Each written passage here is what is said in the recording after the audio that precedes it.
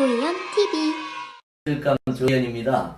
오늘 부처님 오신 날이잖아요. 2562년 불기, 그리고 1700여 년 전에 불교가 이렇게 시작된 이후에 오늘 아침에 마침 그 조계사에서 이 오늘 부처님 오신 날 기념한 봉축식이 있었습니다. 그래서 제가 마침 참석을 했는데 여러 가지 이렇게 생각되는 바도 많고 그래가지고 오늘 지금 조계종 여기 조계사의 그러니까 총본산 조계사. 조계사의 기획실장. 기획국장이신 재환 스님을 모시고 잠깐 뭐 이런 말씀을 부처님 오신 날에 기해서 이렇게 말씀을 좀 나눠보려고 합니다. 재환 스님인데 제가 그 한자를 물어봤더니 환자가 도깨비 한자랍니다. 그래서 이름에 도깨비자를 쓰는 분은 없는 것 같은데 왜 그 연유가 있으실 것 같은데요? 이제 은사 스님께서 이제 제 본명을 지을 때 네. 제가 이제 욕심도 좀 많고 집착도 좀 있는 성격이다 보니까 세상이 모두 다 환상처럼 다 뭐 눈에 보이는 것이 다 실질적인 게 아니고 다 환상이기 때문에 집착하지 말고 화두처럼 이렇게 은사 선생님이 그 본명을 지어주셨어요. 아, 그러셨구만요. 그렇게 살려고 노력을 하고는 있습니다. 오늘 제가 아침에 이렇게 봉축사 하시는 거나 법어 이렇게 특히 진제 그 종정스님 말씀하신 거 들어보니까 제가 인상적인 것은 얼마 전에 이제 판문점선언 남북 정상회담이 있어서 그런데 다 여러분들이 남북의 화해, 예를 들면 종정스님이 이런 말씀을 하시더라고요. 남북이 진정으로 하나 되는 길은 우리 모두가 참선 수행으로 우리의 마음속에 있는 갈등과 불신을 없애고 서로를 이해하고 배려하여 민족의 동질성을 회복하는 겁니다. 그리고 평화의 실천에 지금 나서자. 그래서 지금 각계 기독교계도 있고 불교계도 있는데 불교계에서 남북 화해나 이걸 굉장히 각별하게 받아들이고 있는 것 같은 제가 조금, 왜냐하면 오늘 얘기 중에 종정스님이 이런 말씀 하셨어요. 우리 민족, 남북한 민족의 유전자에 이제 불교가 내재되어 있는데 불교야말로 공통의 언어고 공통의 화해를 그 안에 담고 있다. 이런 말씀을 이제 하셨어요. 그래서 좀 불교 쪽에서 이 남북 화해를 각별하게 받아들이는 것 같이 저는 느꼈는데 실제 그렇습니까? 이제 종간의 어른스님들께서도 남북 통일 또는 이 어떤 이렇게 화해 이런 거에 대해서 우리 민족의 수건이기 때문에 또 우리 지금 여러 가지 이렇게 복합되어 있는 문제들을 해소하기 위해서는 그런 남북 간의 이런 화해 무대가 우리 민족에게 어떤 발전을 줄 수 있는 또 번영을 줄 수 있는 기회이기 때문에 또 특히나 또 우리 한국 불교가 원래 그 호국 불교잖아요. 그렇습니다. 나라를 위한 민족을 위한 불교다 보니까 우리 민족이 좀 더 이렇게 화합하고 화해해서 이런 갈등들이 없어졌으면 하는 바람들이 지금 어르신들은 많이 갖고 계시죠. 예, 확실히 불교가 저도 오늘 그 앉아 있으면서 그런 걸 느꼈는데 이게 민족 불교니까 이 분단된 민족, 갈등하는 민족의 하나됨, 이런 화해에 대해서 조금 DNA가 좀 불교에 있는 게 아닐까 하는 생각을 조금 했는데 맞죠? 예, 맞습니다. 예, 오늘 사실은 제가 오전에 그 봉축식 하면서 그 말씀 중에 여러 가지 저는 꽤 흥미로운 얘기들을 했습니다. 예를 들면 이런 말씀이 있어요. 지혜가 우리를 강인하게 하고 자비가 우리를 따사롭게 할 것입니다. 야, 이게 너무 좋은 말씀이어가지고 지혜가 우리를 강인하게 하고 자비가 우리를 따사롭게 할 것입니다. 저는 교육의 본질이 두 측면이 있거든요. 한 측면에서는 이 지식을 쌓는 일이 있습니다. 가능하면 지식을 쌓는 거에 더해서 지혜를 갖도록 하는 게 이제 한 축에 있고요. 다른 한쪽에서 사실 인성을 형성하는 건데 인성의 핵심은 저는 사랑이라고 생각합니다. 자비고 배려고, 그러니까 사회적 인간으로 살아가는데 핵심 인성은 저는 그걸 것 같아요. 야, 그래서 뭐 더 간단하게 하면 지식과 지혜를 쌓고 사랑하는 법을 배우는 게 교육일 수도 있는데, 오늘 이 법어나 봉축사를 하면서 그런 말씀이 있어서, 야, 이 불교의 이런 말씀이 교육적 함의를 갖고 있구나, 이런 생각을 했어요. 제가 맞습니까? 이렇게 비교를 해도? 이제 그 의미가 이제 그렇게 대비도 할 수도 있지만, 우리가 이제 불교에서 지혜는, 지혜를 터득하기 위해서는 지식이 먼저 습득이 돼야 돼요. 왜냐면 지식이 바탕이 된 지식을 습득하고 나서 그 지식을 가지고 행을 했을 때, 그렇죠. 실천을 했을 때, 이제 지혜를 터득할 수가 있거든요. 예. 지혜를 터득하면 자연히 그 지혜로운 삶이라는 게 결국은 뭐냐면 내 정신 세계가 강건해지거든요. 그렇죠. 예. 그러면서 이제 자비라는 말은, 자비는 꼭 누구한테만 하는 건 아니거든요. 왜냐면 자비는 누구에게 내가 자비를 베품으로써 그 베품라는 그 마음이 나를 따뜻하게 만들거든요. 그렇습니다. 예. 예. 그래서 교육적인 그런 교육감께서 말씀하신 그 말이 좀 교육적인 면에서도 상호 좀 통용될 수 있는 부분은 있죠. 아, 예, 예. 아유, 뭐, 다행입니다. 잘못하면 제가. 여기 오신 분들의 김숙희 선생님이 부처님 오신 날에 귀한 말씀 함께 듣습니다. 아, 들어주셔서 고맙습니다. 정태현 선생님, 언제나 응원해요. 아, 좋습니다. 저기 좋아요 좀 눌러주세요. 예. 지식과 지혜라는 말씀 조금 한마디, 저도 오랜 저의 그 고민이기도 합니다. 우리 학생들이 1차적으로는 지식을 쌓는 거죠. 사실은 초등학교, 중학교, 고등학교를 가면서 앞선 지식들을 쌓는데, 또 그게 지혜가 되는 게 또 중요할 것 같아요. 예. 네. 불교에서 그럼 지식과 지혜의 뭐랄까 차이라고 할까? 어떻게 지식이 지혜가 되는가? 그런 궁금함이 있네요. 그게 이제 우리가 지식이라 하는 것은 우리가 살면서 터득하는 어떤 우리는 이제 불교에서 아르마디라고 표현을 하는데, 예. 이런 아르마디를 갖다 머리에만 담아두는 것은 그냥 우리가 지식을 머리에다가 담아두는 것을 아르마디라고 해요. 응? 실천이 없이 그냥 머리에다가 그냥 지식을 그냥 쌓아놓는 이것은. 근데 불교에서는 그 지식을 꼭 우리 생활 속에서 실천하도록.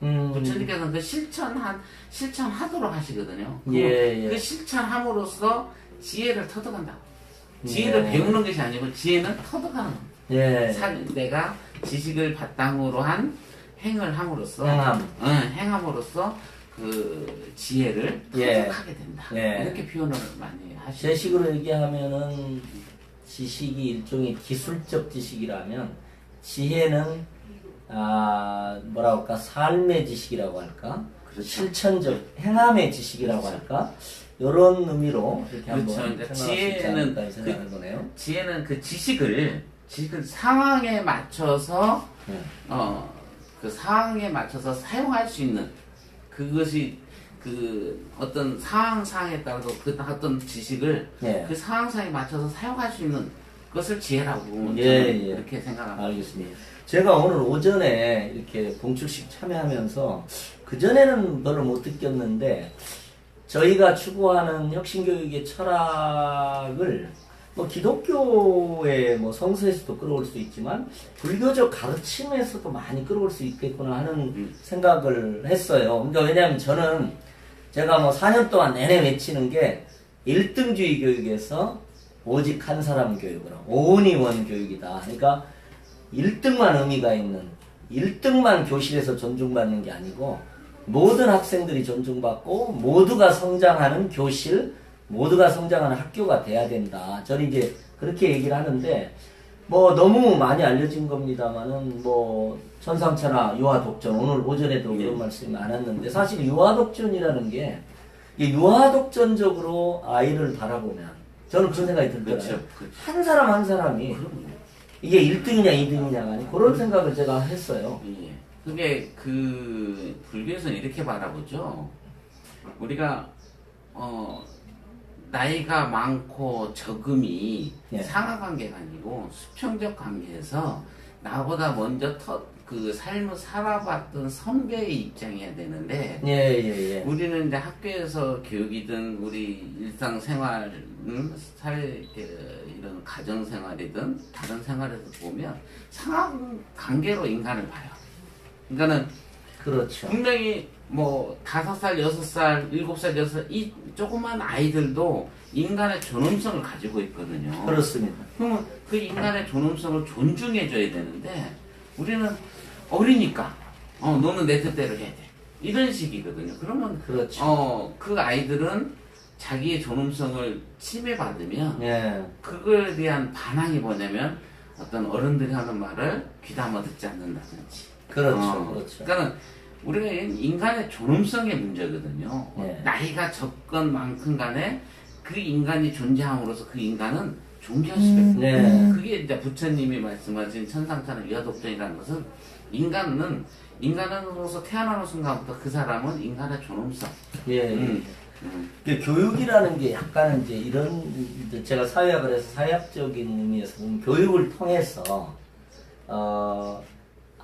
그 교육을 받는 사람 하나하나를 여러 다양한 사회적 직업을 담당하는 기능적인 존재로 이렇게 키워가는 거거든요. 그리고 어떤 분은 고등학교 졸업한 사람으로 직장으로 가는 거고, 그렇죠. 어떤 사람은 박사로 하는 거고, 그 다음에 어떤 경우는 뭐 이렇게 생명공학을 하는 기능을 가지고 이렇게 들어가는데, 다른 한편에서 보면 이게 그러다 보니까 학생들을 이렇게 위계화시키는 겁니다.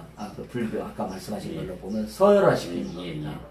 분리시키는 겁니다. 그렇죠. 그러나 본질에 보면 이 한 사람은 다 소중한 존재거든요. 참나고 정말로 고귀한 존재인 거죠. 그래서 어떻게 보면 저는 이제 지금은 교육의 기능적 측면을 보는 것이 아니라 교육의 어떤 본질, 교육의 인간적 측면들을 회복해내는, 그래서 스스로 자존감을 갖는 존재로, 자기 존중을 배울 수 있는 사람으로 이렇게 아이들을 성장시켜 가야 되는, 이게 그런 점이 너무 경쟁이 치열하고요. 기능적으로 교육을 이렇게 접근하다 보니까 아이를 완전히 그렇게 다루게 되는 거죠. 근데 그런 변화가 좀 있어야 된다고 생각을. 이제 저도 이제 어린이 청소년 학교 쪽을 한 20년 했거든요. 그걸 하셨구만요. 이제 저기 대구에 이제 능인중학교에서 한 3년 이제 교급사로 이렇게 근무를 해봤는데 아이들은 상대하는 사람이 어떻게 존중해 주냐에 따라서 아이들은 또 달라지더라고요. 그렇죠. 그러니까 아이들에게 항상 제가 먼저 인사하고 아이들에게 항상 먼저 접근하고 항상 자기들보다 먼저 제가 그 아이들을 존중해주면 그 아이들은 그 상황에 맞춰서 스님이 어떤 상황인지를 알아요. 그러니까 평소에 그렇게 인사하던 습이 할 때는 저는 꼭 뭐 스님이다 해서 합장해라고 강요진 않거든요. 인사는 서로 봐서 아는 척이다. 응? 예. 아는 척이다라고 교육을 시켰는데 어느 날 아이들이 제가 이제 재단에 이사장 스님이 오셔서 이렇게 모시고 가는데 아이들이 그날따라 진짜 합장 인사를 쫙 하는 거예요. 근데 시키지도 않는데 아이들은 자기들이 그렇게 존중을 받으면 그렇습니다. 자기를 가르쳐준 스님이 어떤 상황인지를 알고 거기에 맞춰서 행동을 하는 거예요. 그게 뭐냐면 결국은 본보기가 되잖아요. 맞습니다. 뭐 말로만 하는 게 선생님들도 말로만 하는 교육이 아니고 진짜 말과 행동이 아이들이 보고 있음을 인지를 해야 돼요. 그러면 아이들은 자연히 진짜 그 사람을 배려하고 그렇죠. 또 누군가를 존중해주는 사람으로 커갈 수 있지 않을까 생각합니다. 지금 보니까 정태영 선생님도 여기다 문자 남겨주시고 손숙희 선생님도 해주셨네요. 또 정준영 씨는 고등학교 학생이고 인권위원도 했던 것 같은데 제가 기억을 합니다. 오늘 문자 남겨주셔서 감사드리고 여러분들이 또 여기에 말씀을 해주셨네요. 네, 감사드리고요. 사실 지금 말씀대로 가르침이 일어날 때는 그 두 사람의 관계에 존중이 있어야 될 것 같아요. 예, 두 사람의 존중이 교육과 배움과 가르침의 가장 출발점이 아닐까 이런 생각도 해보고요. 오늘 제가 이 봉축사나 법어 중에서 제가 약간 감명 등 말씀을 자꾸 이렇게 해드리는 건데 불교를 하시는 분 아마 좀 많이 아실 거예요. 근데 저는 불교는 아니기 때문에 좀 새롭게 하는데 우리는 각각 개별적인 존재이나 하나의 세상을 살아가는 도반입니다. 이 고귀한 인연을 인식할 때 우리들 세상은 세계의 일화가 됩니다. 세계의 일화가 됩니다. 개별적인 존재이지만 하나의 세상을 살아가는 연결된 존재이죠. 그러니까 우리가 어느덧 이러는 걸 잃어버린 것 같아요. 그러니까 오히려 함께 살아가는 존재, 세상을 살아가는 도반이라는 것보다는 개별적이고 고립적인 나로, 그리고 말하자면 최고의 나, 다른 사람을 이겨서 승자가 된 나만을 이렇게 추구하는 방향으로 예, 맞습니다. 이렇게 지금 돼 있는 것 같아요. 그래서 오늘 그 말씀 들으면서 이게 지금 메시지가 있으신구나 하는 생각을 했습니다. 맞나요, 제가? 예, 맞습니다. 그게 우리가 이렇게 보면 아이들이 그런 경쟁 속에 살다 보니까 실패하는 걸 두려워해요. 잘못하는 걸 두려워해요. 근데 네. 실은 그 나이 때 잘못을 하면서 배우는 건데 그렇습니다. 그런 중고등학생들은 그나마 좀 나은데 대학생이 됐을 때는 더 심각해요. 뭘 그렇죠. 실수하는 것이 두려워서 안 하려고 해요. 네. 제가 이제 학생들하고 이렇게 법회를 하면서 이렇게 하면 틀리는 걸 굉장히 막 어려워해요. 그러니까 막 그거 틀리면 자기 평가가 막 이렇게 어떻게 될 거라고 생각을 해서 그렇죠. 뭘 도전하려고 하지 않아요. 네. 이제 중고등학생만 해도 데리고 가면 어쨌든 따라오긴 하는데, 그러니까 중고등학교 시절에 아이들이 많은 경험들을 해야 되는데 그 경험이라는 게 저는 선생님들의 경험이라고 생각하거든요. 네. 선생님들이 삶을 살면서 다양한 어떤 경험들이 있어야 그 제자들에게 이렇게 좀 그 다양한 그 경험을 좀 얘기도 해주고 예. 경험담을 해주고 하는데 요즘에 이렇게 선생님들의 어떤 그 임용되는 과정들을 보면 너무 모범생인 선생님들이 많다 보니까 학생들하고 대화하기가 쉽지 않은 거예요. 왜냐면 공부 잘하는 애들은 대화하는데 좀 이렇게 호기심 많고 좀 맞습니다. 평범하지 않은 아이들하고는 선생님들이 네. 대화하는 걸 굉장히 어려워하더라고요. 그게 굉장히 중요한 말씀인데요. 저희도 이제 그 교원 선발 과정에 그 고민이 좀 있습니다. 왜냐하면 지금 대한민국의 선생님으로 임용시험에 합격하고 하신 분들은 최고의 공부 잘하는 예, 사람입니다. 맞습니다. 그리고 또 요즘은 공부를 잘하는데 되게 잘 사는 집에 공부 잘하는 학생이 많아요. 그러다 보니까 아이들은 훨씬 다양합니다. 그렇죠. 그러니까 교실에서 잠자본 경험이 있는 분은 한 분도 없어요. 학교 폭력 사건에 연루된 그런 교사분들은 아무도 없어요. 그러다 보니까 이 다양한 감수성을 갖는 아이들, 그리고 굉장히 신인류라고 하잖아요. 다른 이 인류와 같은 아이들을 보듬어 안고 할 수 있는 그런 이제 자질 같은 게 좀 많이 부족하다. 그래서 어떻게 하면 이제 교원 임용 과정을 다양화할 것인가. 이게 저희 고민이기도 합니다. 지금.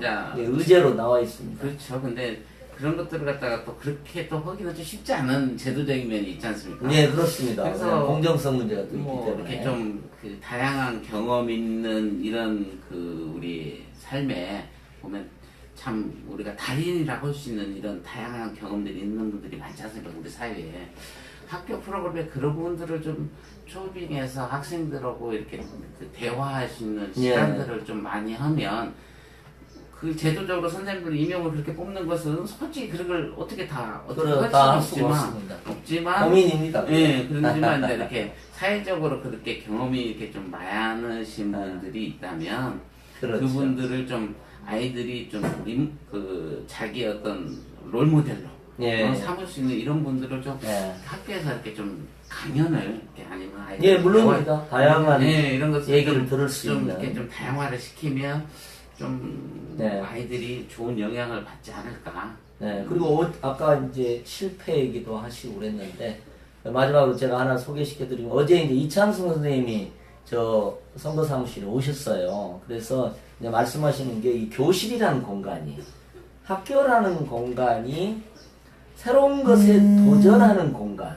도전의 경험과 기회를 줄 수 있는 공간, 그 과정에서 실패를 두려워하지 않고 또 실패 속에서 성공의 경험을 누적적으로 이렇게 배워가는, 그러면서 이제 스스로의 어떤 도전적 자신을 만들어가는 그런 교육이어야 된다. 근데 우리 교실은 완전히 하나의 기준으로 1등이 되기 위해서 하고, 열패감, 그러니까 이게 저는 약간 요즘 많이 딜레마를 느껴요. 우리 아이들이 졸업을 하면서 이 광활한 세상을 나가면서, 야, 내 이 세상을 자신감을 가지고 내가 천상천하 유아독전적 존재다, 자신감을 가지고 도전적으로 학교를 나오는 게 아니고, 이게 나는 영어는 3등이야, 뭐 수학은 꼴등이야, 열패감, 실패감을 가지고 졸업하면서 나옵니다. 그래서 저는 이제 우리 교육에 정말 어떤 근원적 변화가 있어야 되겠다, 이런 생각을 요즘 많이 하는데, 오늘 스님 말씀 이렇게 또 오늘 아침 그 봉축식 하면서 들은 말씀에 참 많이 이렇게 감명도 받고, 우리가 추구하는 교육혁신의 큰 방향이 또 불교적 그런 철학과도 연결될 수 있구나, 이런 생각을 제가 했습니다. 어쨌든 시간 내주셔서 감사드립니다, 도깨비 스님. 예, 알겠습니다. 고맙습니다. 어떻게? 예, 그러면은 인사하라고 그러는데? 아니, 그게 마지막 인사. 예, 어쨌든 감사드리고요. 저희가 이렇게 라이브로 그때그때 저희한테 또 말씀이 되는 분들이랑은 또 만나서 교육에 대한 고민들을 같이 나누는 이런 라이브 방송을 한번 해보려고 합니다. 그러니까 저희 페북 친구들 가끔 좀 들어주세요. 매번 들으실 수는 없겠지만. 고맙습니다. 제가